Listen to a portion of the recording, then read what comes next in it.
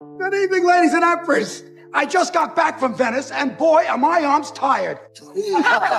What happens when comedy legend Mel Brooks names the 6 actors he hated working with? It's not what you think. This isn't a scandal. It's a backstage pass to the chaos, brilliance, and creative clashes that shaped some of the greatest comedies ever made. I expected he would go, but I don't know, when it happens... Mel Brooks has long been considered one of the most influential voices in comedy cinema. With a career that spans more than half a century, he's directed some of the most iconic comedies ever made, including The Producers, Young Frankenstein, Blazing Saddles, and Spaceballs. Known for his fast-paced humour, satirical approach, and bold personality, Brooks created a distinctive style that shaped generations of comedic filmmakers and actors. Now, at 98 years old, he's looking back at his career with the kind of honesty that only comes with age and total creative freedom. In a recent interview, Brooks shared something quite unexpected, a list of 6 actors he said he hated working with. Of course, the word hate in this case comes with a huge grain of salt. It's Mel Brooks' version of a half-joking, half-sincere reflection on the performers who challenged him most, the ones who tested his patience on set, slowed down production, or pushed back against his directorial style. But they were also some of the people who helped create the most memorable scenes in his films. The list is more a tribute to difficult brilliance than a criticism, and when he starts talking about these actors, the stories reveal far more affection than animosity. One of the names at the top of the list was DeLuise. A frequent collaborator, DeLuise appeared in several of Brooks' films, including Silent Movie, History of the World Part 1, Spaceballs, and Robin Hood Men in Tights. He was known for his larger-than-life personality, expressive face, and ability to make almost anyone laugh. Unfortunately, that last trait turned out to be a bit of a problem. According to Brooks, directing DeLuise often felt less like managing an actor and more like trying to control a very excitable child. Not because DeLuise was unprofessional or disrespectful, quite the opposite. He came prepared, he hit his marks, and he wanted to do well. The issue was that he simply couldn't stop laughing. And not just when something was meant to be funny.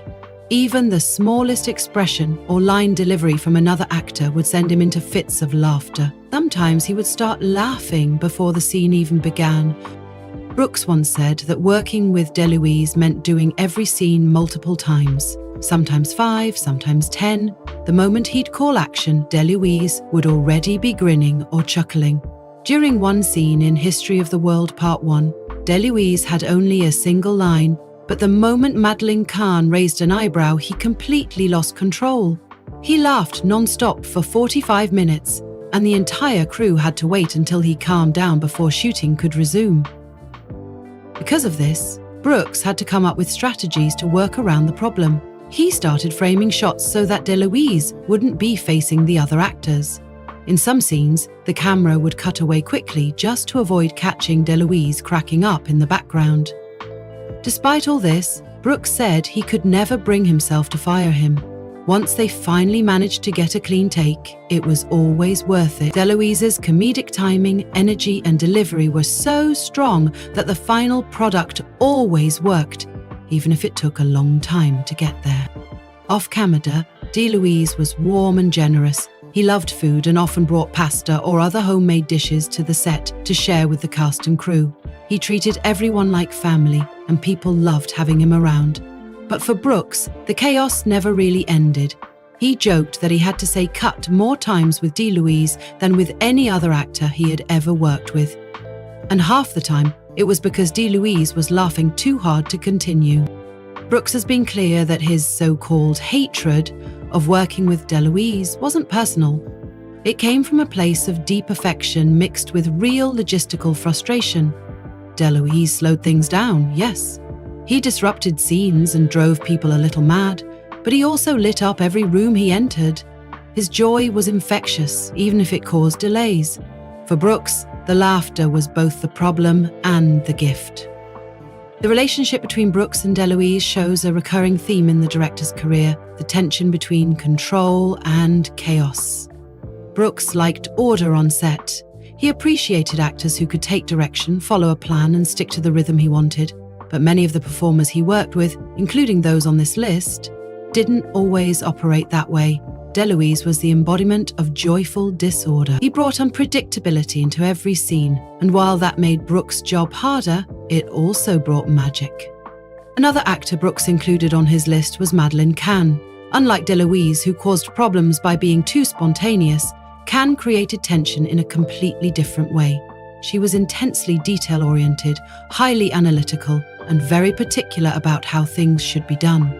Brooks frequently referred to her as one of the most talented actors he had ever worked with, and their collaborations led to some of the most iconic moments in his films. But that didn't mean it was easy. Kahn starred in Blazing Saddles, Young Frankenstein, High Anxiety, and History of the World Part 1.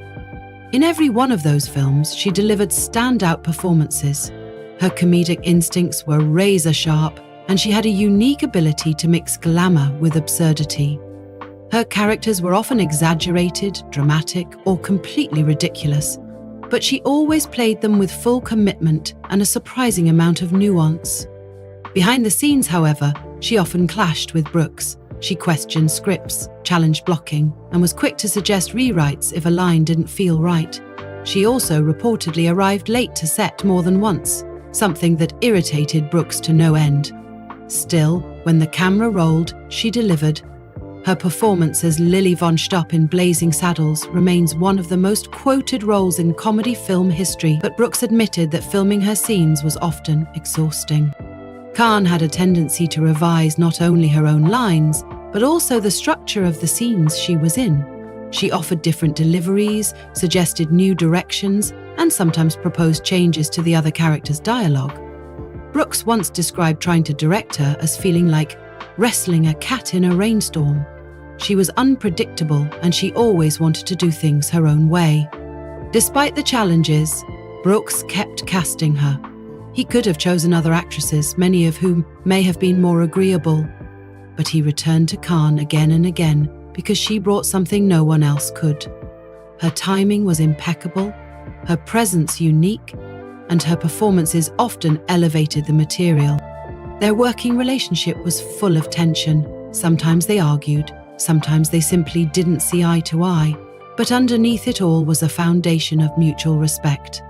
Brooks knew that Kahn wasn't being difficult for the sake of it. She cared deeply about her work, and she had a clear vision for what she wanted to bring to each role. Even when they disagreed, Brooks recognized that many of her suggestions made the films better. He shared one story about how she made him rewrite an entire scene simply because she didn't like the furniture. Specifically, she objected to the couch her character was meant to sit on. At first, he thought she was being unreasonable, but when they changed the prop, it turned out she was right. The new setup looked much better on camera. Brooks said moments like that frustrated him, but also reminded him of her eye for detail. Kahn was known for having a strong personality. She didn't back down easily, and she always spoke her mind. That made her a challenge for any director, but it also made her unforgettable. She had a way of pulling focus without trying to, of making every scene feel just a little more alive. Now looking back, Brooks acknowledges that he never really hated working with her. He hated the delays, the arguments, and the constant need to adjust, but he also loved the results. Her characters are some of the most enduring in his filmography, and many of the best scenes were shaped by her instincts, not his. The contrast between DeLuise and Kahn illustrates just how different kinds of challenges can arise on set. One brought too much laughter, the other brought too much control. In both cases, Mel Brooks was pushed beyond his comfort zone, and in both cases, the films benefited. These early entries on Mel's list show a larger truth about creative collaboration. Sometimes, the best results come from the hardest processes. Brooks didn't enjoy every moment of working with DeLuise or Kahn, but he never doubted that their presence made the final product stronger. They disrupted his rhythm, but in doing so they helped redefine what comedy could be. When Mel Brooks talked about Gene Hackman, he didn't have a long list of shared projects to refer to. In fact, Hackman only appeared in one Brooks film, Young Frankenstein. Yet despite the short collaboration, the experience left a lasting mark. It also earned Hackman a spot on Brooks' list of actors he hated working with, not out of dislike, but because their approaches to filmmaking were so different that working together became a challenge. And to working out to writing together became a challenge. Gene Hackman was already a highly respected actor when he joined Young Frankenstein. By the time filming began, he had won an Academy Award and was known for serious dramatic roles in films like The French Connection. Hackman wasn't a comedy actor by trade. He brought with him the discipline, focus, and gravity of someone trained in classic dramatic performance. That immediately set the tone for how he would approach the set, and it clashed with Mel Brooks's chaotic, improvisation-heavy style. In Young Frankenstein, Hackman played the blind hermit who unknowingly invites Frankenstein's monster into his home. The scene is widely regarded as one of the funniest in the entire film. It's full of physical humour, exaggerated reactions, and perfect comedic timing. Yet according to Brooks, the process of filming it was anything but light-hearted. Hackman treated the role with the same seriousness he applied to his more dramatic parts. He prepared intensely. He wanted to rehearse thoroughly. He expected the same level of focus and consistency from everyone else on set. Brooks, however, preferred a looser environment, one where actors were free to explore, make mistakes, and improvise. He encouraged unexpected choices and liked when a scene surprised even him. That unpredictability was key to the energy he tried to capture in all his films. For Hackman, that kind of creative looseness could feel disorganized. He preferred structure. He wanted to know where the scene was going from start to finish. While Brooks was laughing between takes with the cast and crew, Hackman stayed locked into his character. He didn't joke around. He didn't break. His focus was total, and that seriousness, though admirable, could feel at odds with the surrounding energy. Brooks later described Hackman as being like a jazz musician trying to jam with someone reading from a classical score. Their rhythms simply didn't align. While Hackman requested extra rehearsals and precise blocking, Brooks often wanted to move on quickly and capture the spontaneity of the moment. The two never had a major argument, but there was constant friction in the way they worked. They respected each other professionally, but the fit wasn't quite right. So, what direction did they set their failure?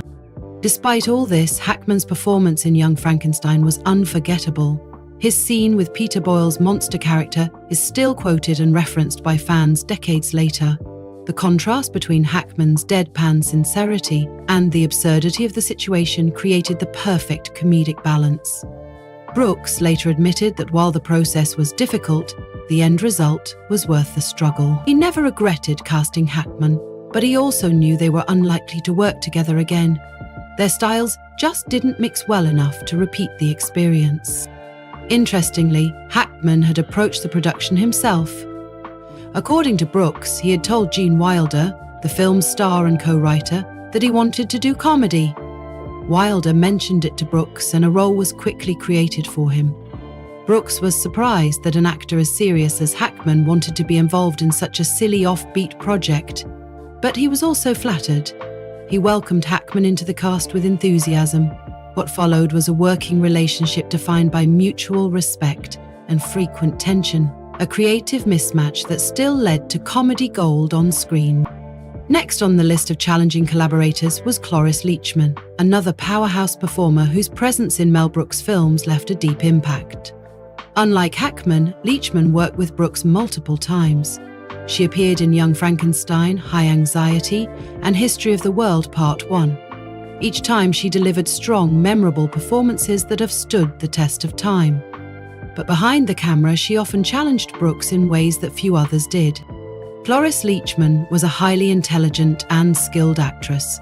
She had a deep understanding of character and a sharp sense of dramatic timing, even in comedic roles.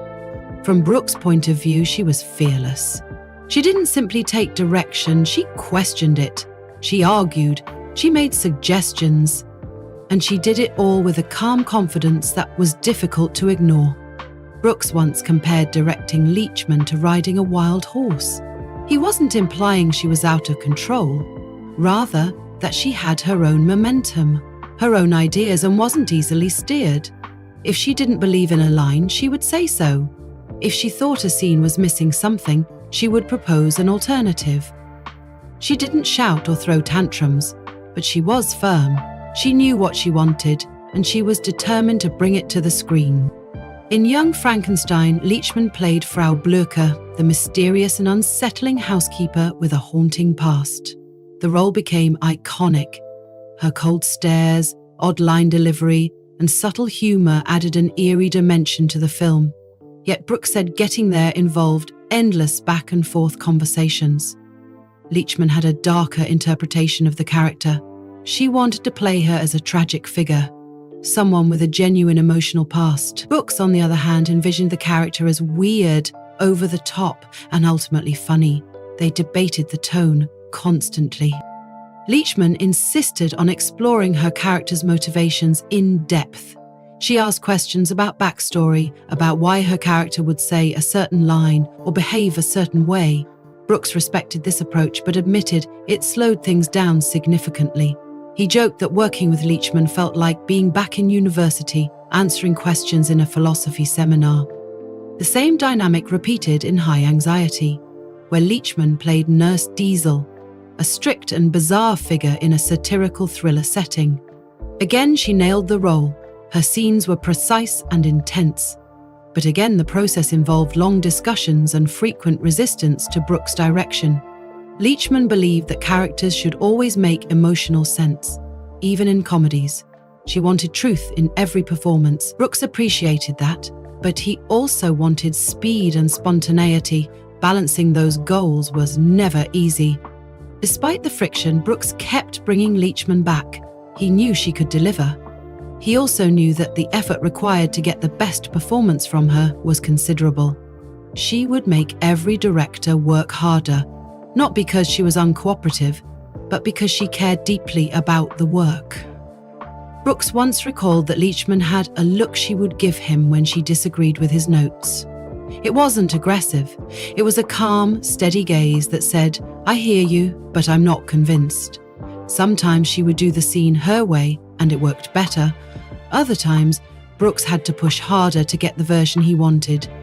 In either case, the result was rarely disappointing. Offset, Brooks and Leachman had a polite but distant relationship. They didn't socialize much. Leachman seemed to exist in her own creative space. She was introspective and often kept to herself. Brooks admired her for it, but he also admitted that after a full day of filming with her, he was exhausted. He respected her artistry, even when it drained him. One of the qualities Brooks appreciated most about Leachman was her commitment. She brought everything she had to every scene. She didn't care about being the center of attention or stealing the spotlight. She just wanted to do justice to her role. Brooks once joked that she would have performed her scenes in total silence if she thought it would make them more powerful. That kind of intensity could be overwhelming, but it also made her unforgettable. Leachman's place on Brooks' list wasn't a punishment, it was an acknowledgement. She made things harder for him, but she made the films better. Her characters were complex and well-crafted, even when they were strange or funny. She pushed Brooks to think more carefully, to work more thoroughly, and to never settle for surface-level comedy. Reflecting on both Gene Hackman and Cloris Leachman, a pattern becomes clear. The people who made Mel Brooks' job the hardest were often the same people who brought the most to his films. Whether it was Hackman's intensity or Leachman's insistence on emotional truth, these actors pushed against the chaos Brooks thrived in. And while those creative differences created stress, they also created lasting work. Their stories are reminders that filmmaking is rarely smooth. Great performances don't always come from easy working conditions. Sometimes the best results emerge from creative clashes, from tension, disagreement, and the push and pull of competing visions. Brooks understood that better than most, and as he shares these stories later in life, It's clear that his version of hate is just another kind of admiration. When Mel Brooks first began working on Blazing Saddles, one name was at the center of his vision: Richard Pryor. For Brooks, Pryor was not just a great comedian, he was the soul of what Blazing Saddles could be. Pryor's voice, perspective, and humor were essential to the film's identity. He was smart, raw, and completely unafraid to confront the darker parts of American culture with sharp humor and deep honesty. From the very beginning, Brooks believed Pryor was the perfect choice to co-write the film and star as its lead character, Bart, the unlikely black sheriff in a deeply racist Old West town. Pryor brought a kind of electricity to the writing process that few could match. According to Brooks, his contributions shaped the film's bold tone, pushed the boundaries of what could be said in a comedy, and gave the story its edge. Pryor wasn't writing safe jokes or comfortable satire.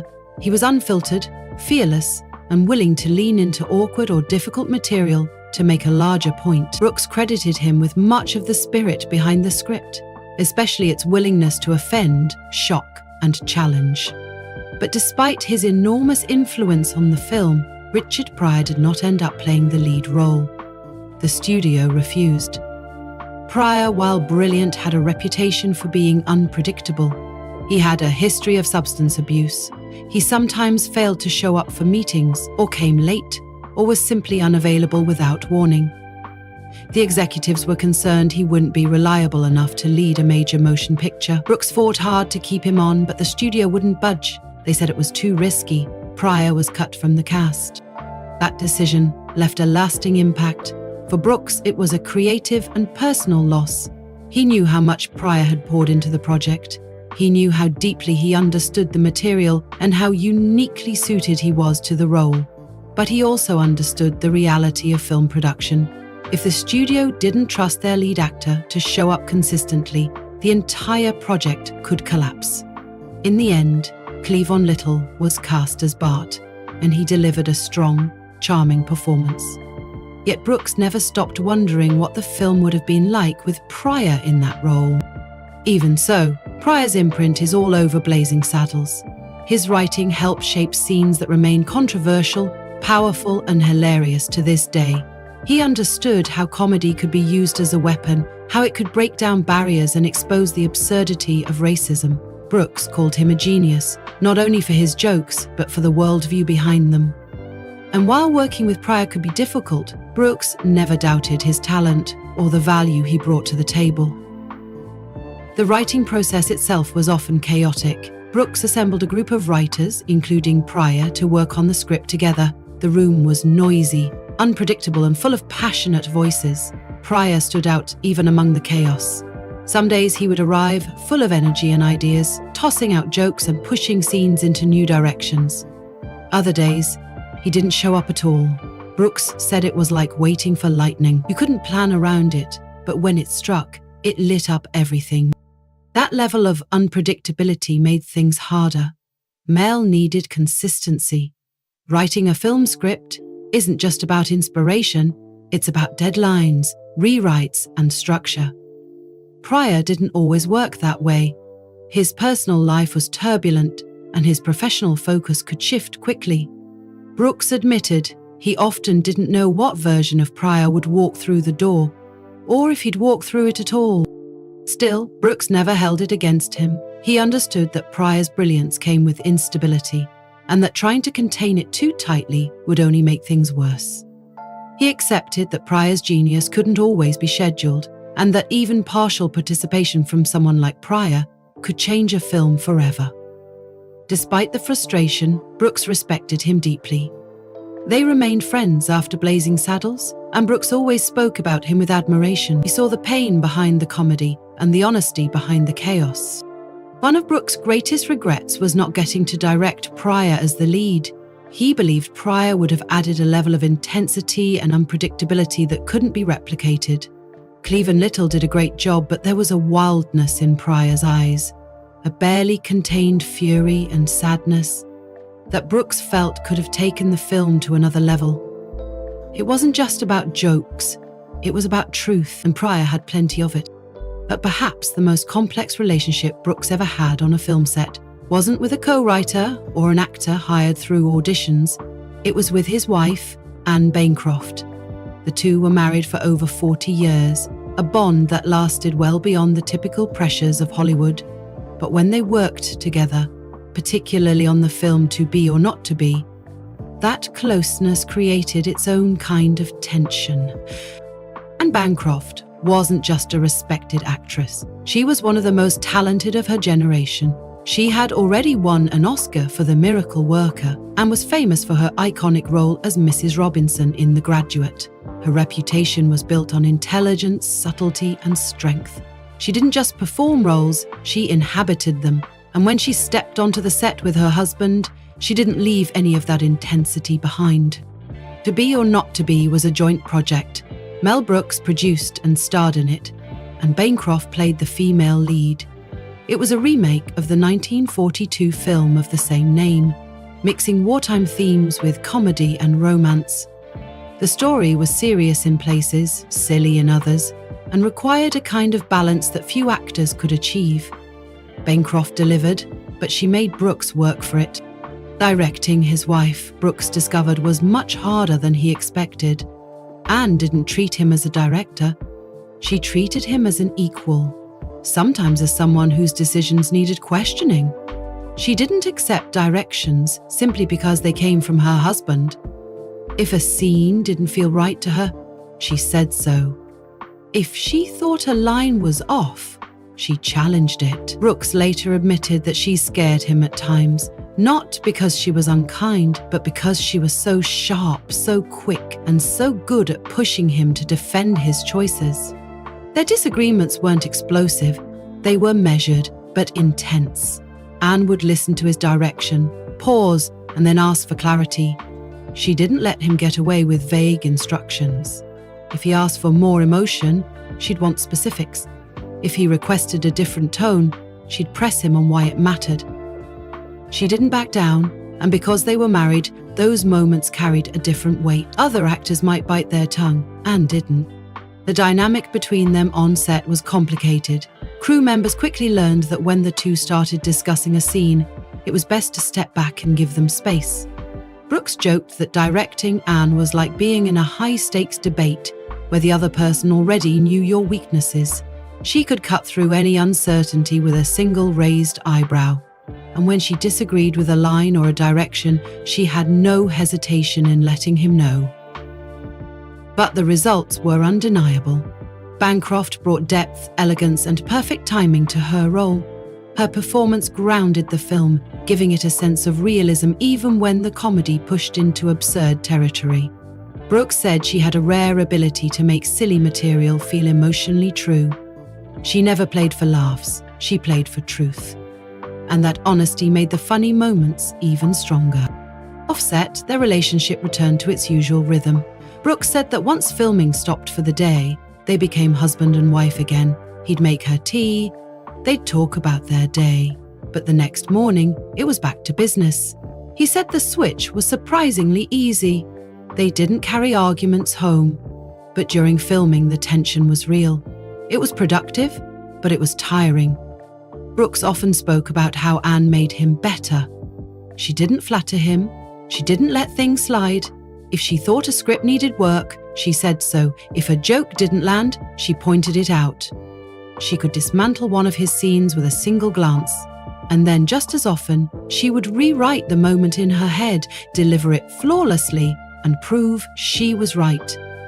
Brooks didn't resent that. He admired it, vied. But he also said that no actor ever made him second-guess himself more. In interviews, Brooks called Anne the most difficult actor he ever worked with. But it wasn't a complaint. It was a compliment. She challenged him in ways no one else could. And while it made filming harder, it also made the work stronger. She wanted excellence. He did too. They just took different paths to get there. Together, Brooks and Bancroft created one of the most enduring Hollywood partnerships, not because they were always in sync, but because they trusted each other enough to fight for the best version of the work. It wasn't easy, but it was real, and in the end, that's what mattered.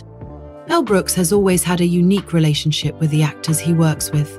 Known for blending slapstick, satire, and fearless improvisation, Brooks thrives in a kind of organized chaos.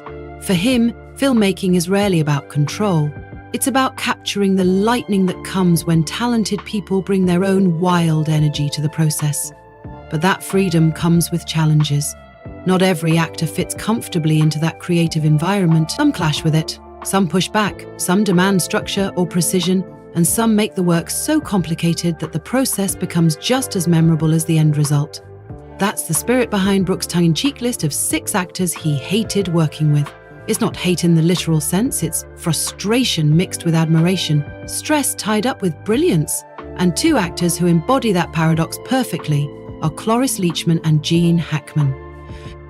Cloris Leachman worked with Mel Brooks on multiple occasions, and each time she left a strong impression, on screen and off. Leachman was not only a talented performer, but also someone who brought a deep intensity to every role she played.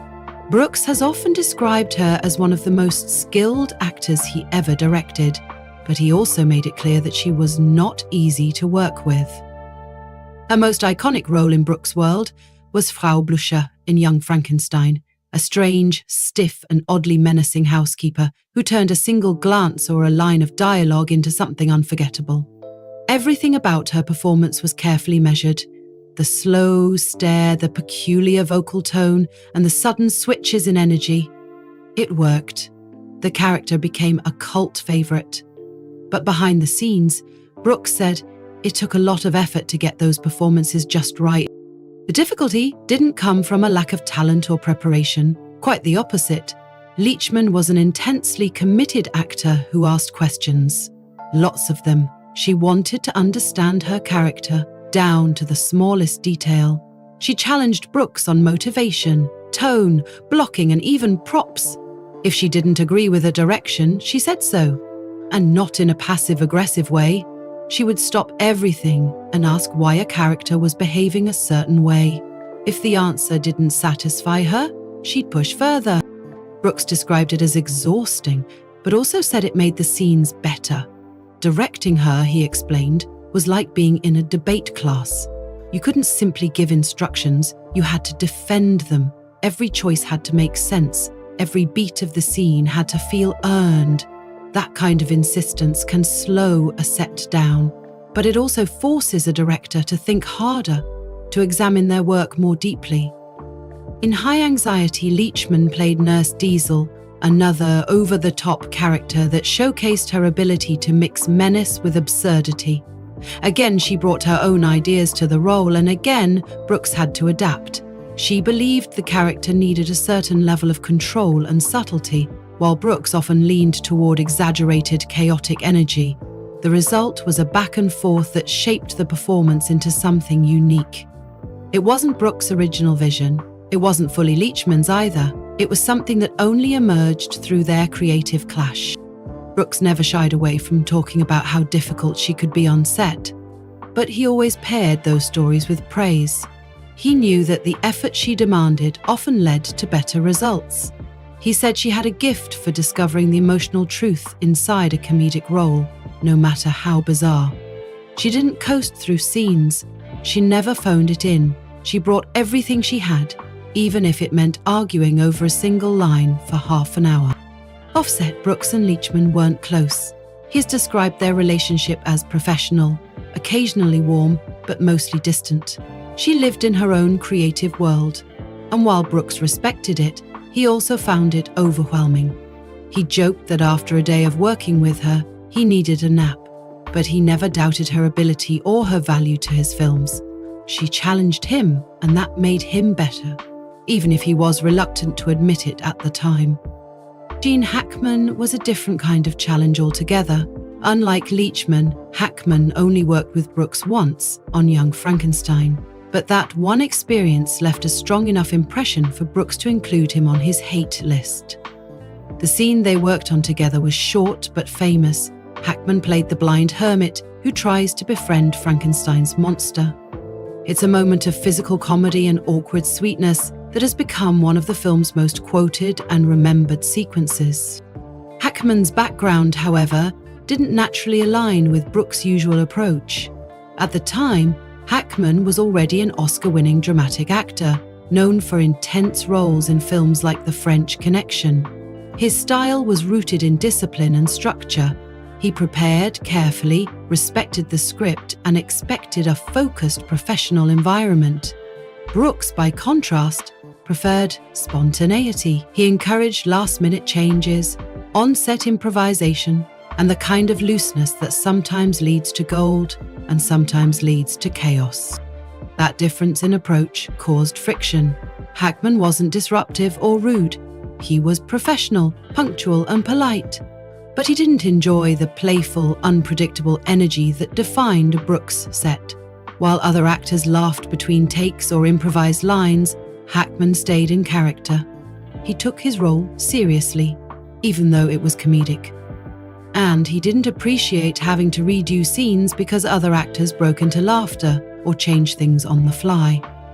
Brooks said that Hackman wanted more rehearsals and more control over how each scene was shot. Hackman believed in precision, while Brooks was comfortable with a bit of messiness. That fundamental difference made it difficult to find a rhythm. Brooks compared the experience to trying to play jazz with someone who insisted on reading classical sheet music. Both styles are valid, but they don't always blend. Despite the tension, the result on screen worked beautifully. Hackman's commitment to the role added a layer of sincerity that balanced the absurdity. The contrast between his dramatic intensity and the silliness of the scene made the comedy land even harder. Brooks acknowledged that. He said the final product was gold, but the process of getting there wasn't enjoyable. They never worked together again.